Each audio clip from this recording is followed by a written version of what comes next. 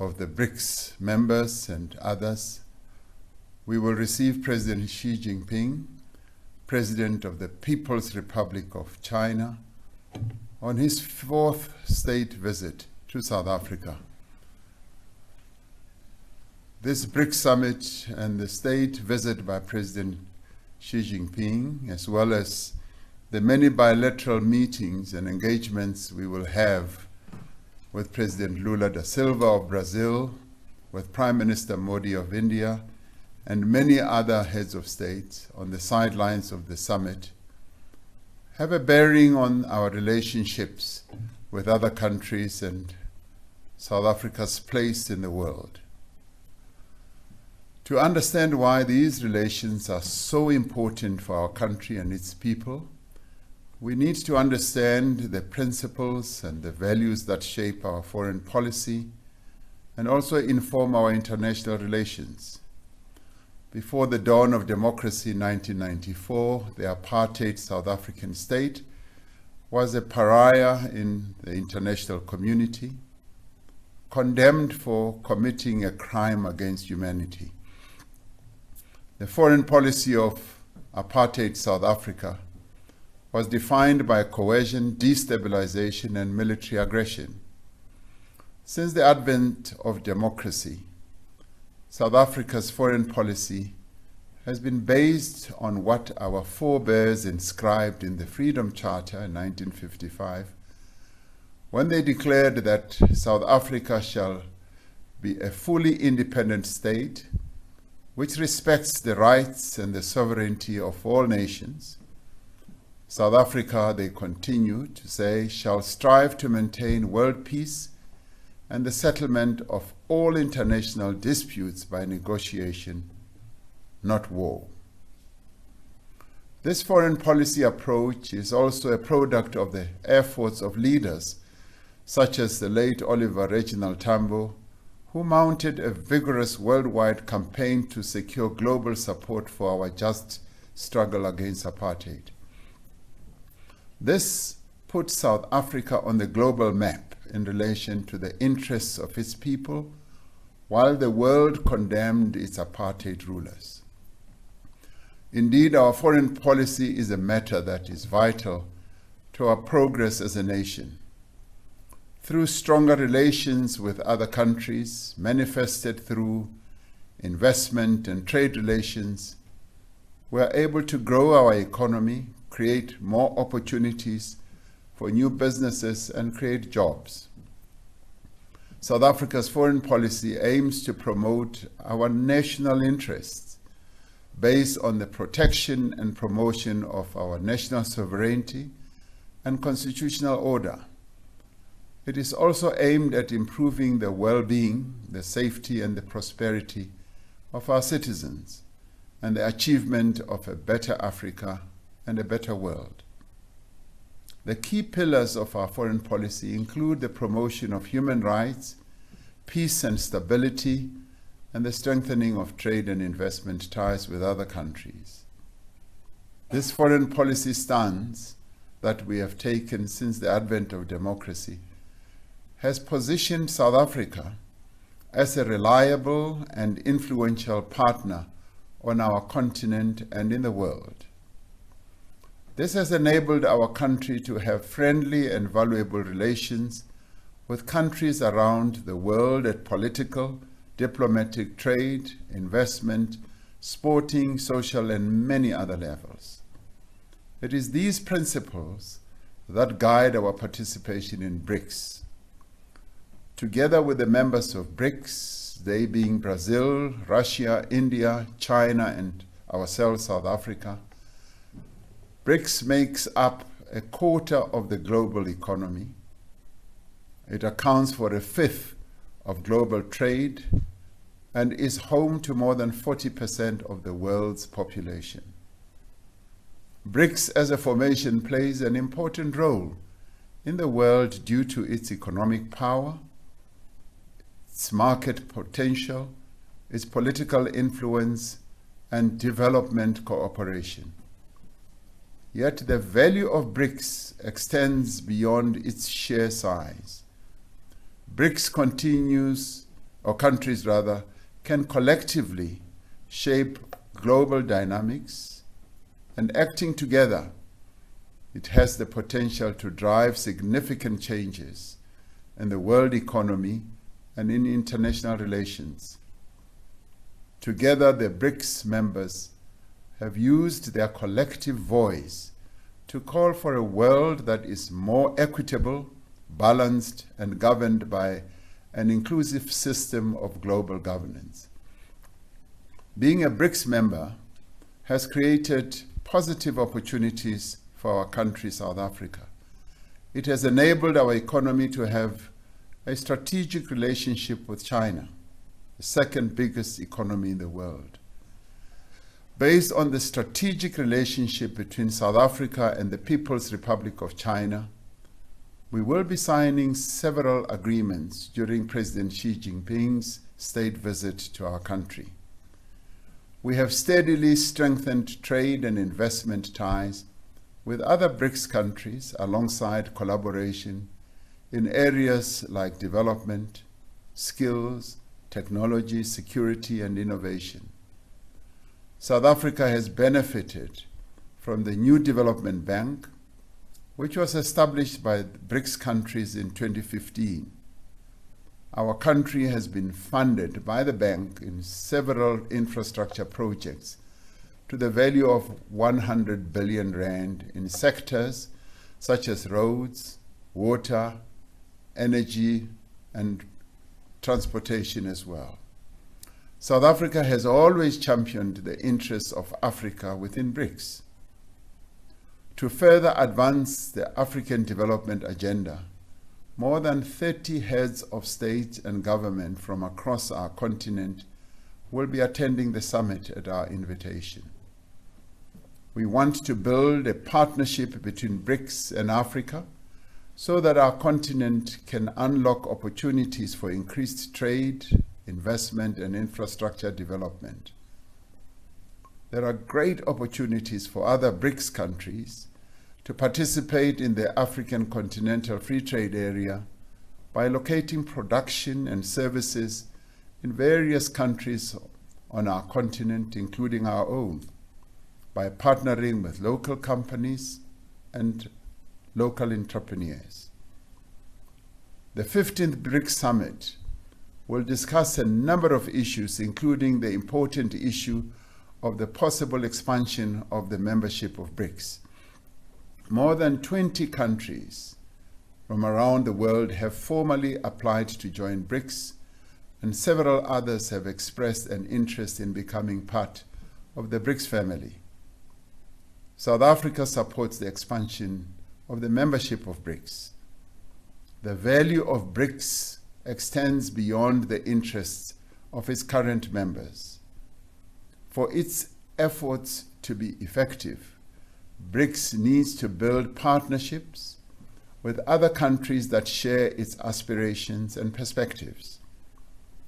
An expanded BRICS will represent a diverse group of nations with different political systems that share a common desire to have a more balanced global order. In addition to other African leaders in attendance, we will also be welcoming leaders from several countries of the Global South whom we have invited. These include countries from the Caribbean and South America, from the Middle East, from West Asia, South Asia, and Southeast Asia as well. This BRICS Summit is particularly important as it is being held as the world is confronted by fundamental challenges that are bound to determine the course of international events for years to come. Our world has become increasingly complex and fractured as it is increasingly polarized and competing with each other in various competing camps. Multilateralism is being replaced by the actions of different power blocs, all of which we trade with, we invest with, and whose technology we also use. It is for this reason that South Africa continues to advocate for an open and rules-based global governance, trade, financial, and investment system. It must be a system that does not depend on the exercise of power or unilateralism, but by advancement of the interests of the peoples of the world. It is in this rules-based system that we seek to advance African prosperity and industrialization. We seek to change the rules to be fairer, but ultimately we want to promote an open system of economic and political relations. Amid all these challenges, Africa remains at the center of our foreign policy. We are firmly committed to strengthening the African Union so that it increases its capacity to support the achievement of greater integration on our continent. We are working towards the full implementation of the African Continental Free Trade Area, which is set to eliminate trade barriers, boost intra-African trade, and achieve prosperity for all of Africa. It will also accelerate manufacturing and industrial capacity on our continent. The vibrant trading Africa we seek to build depends on Africa being stable and peaceful. For our continent Africa to thrive, we must silence the guns. We continue to work within the African Union to end several ongoing conflicts on the continent and restore constitutional and democratic government to countries that have recently experienced coups. South Africa is directly involved in a number of efforts to bring peace to Africa. We are currently involved in supporting the people of Mozambique and the Democratic Republic of Congo to ensure that there is peace and stability in their countries. The administration that I have the honor to lead has been devoted to attracting greater trade and investment into South Africa.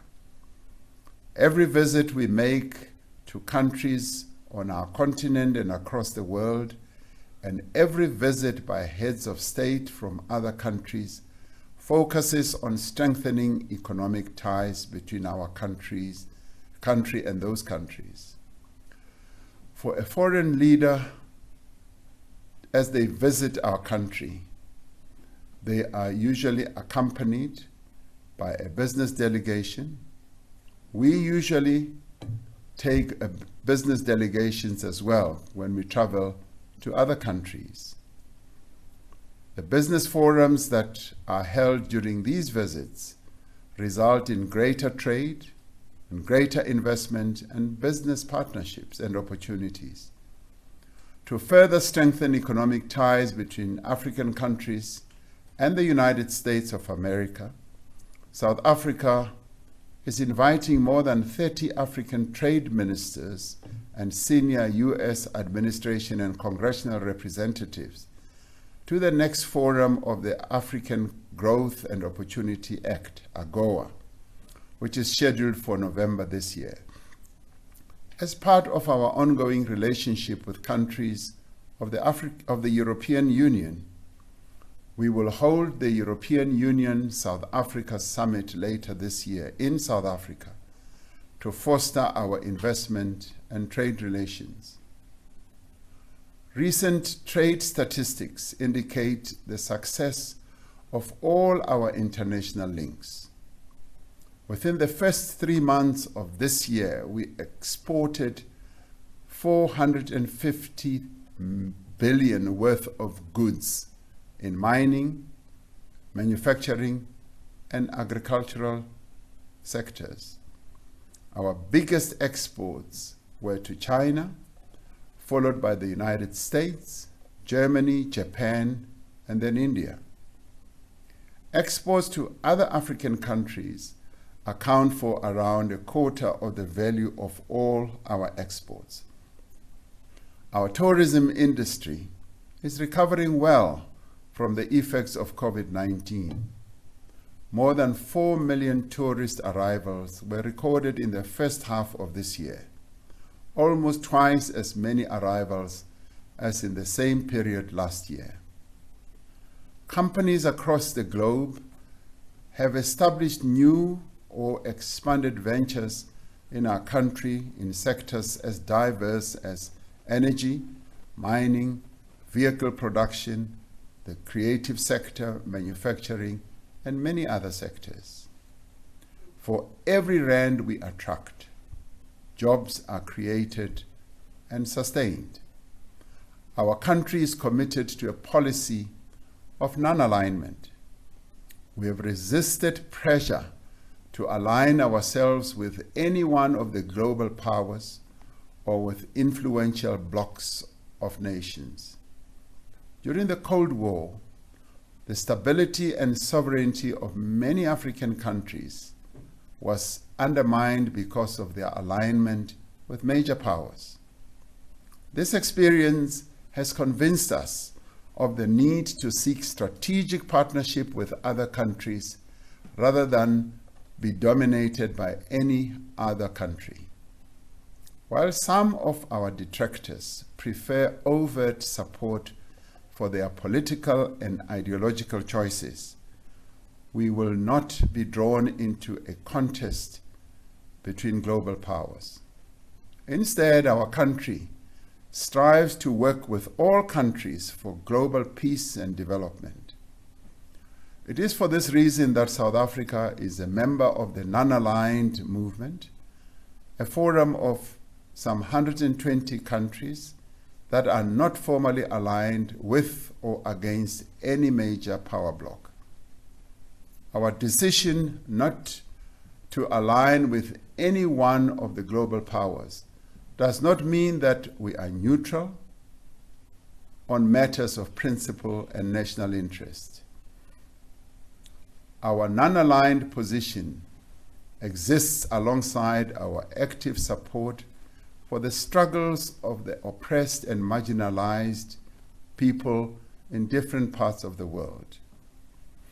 We have always believed that the freedom that we won and the international solidarity from which we benefited immensely imposes a duty on us to support the struggles of those who continue to experience colonialism and racial oppression. That is why we will continue to support the struggles of the people of Palestine and Western Sahara. We are fully committed to the articles of the United Nations Charter, including the principle that all members shall settle their international disputes by peaceful means.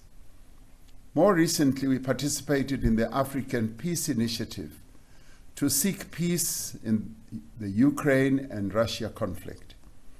Through this African Peace Initiative, our country continues to be involved in processes to ensure that the children who were removed from their homes in Ukraine are returned to their families, and that the prisoners of war on both sides are exchanged.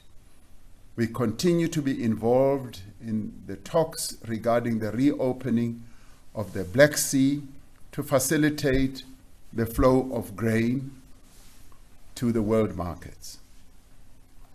We firmly believe that dialogue, mediation, and diplomacy is the only viable path to end the current conflict and achieve a durable peace.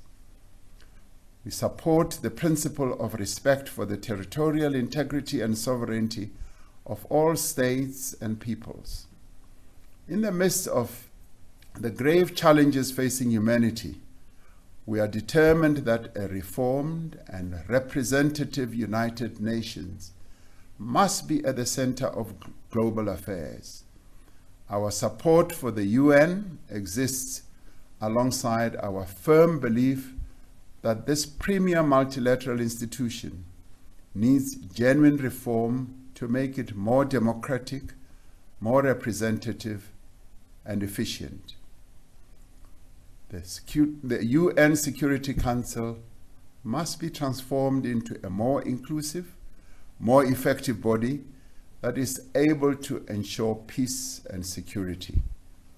We're very pleased that the UN Secretary General, Antonio Guterres, will be attending the BRICS Summit at our invitation. South Africa, as a member of the Community of Nations, will continue to play a constructive role in world affairs.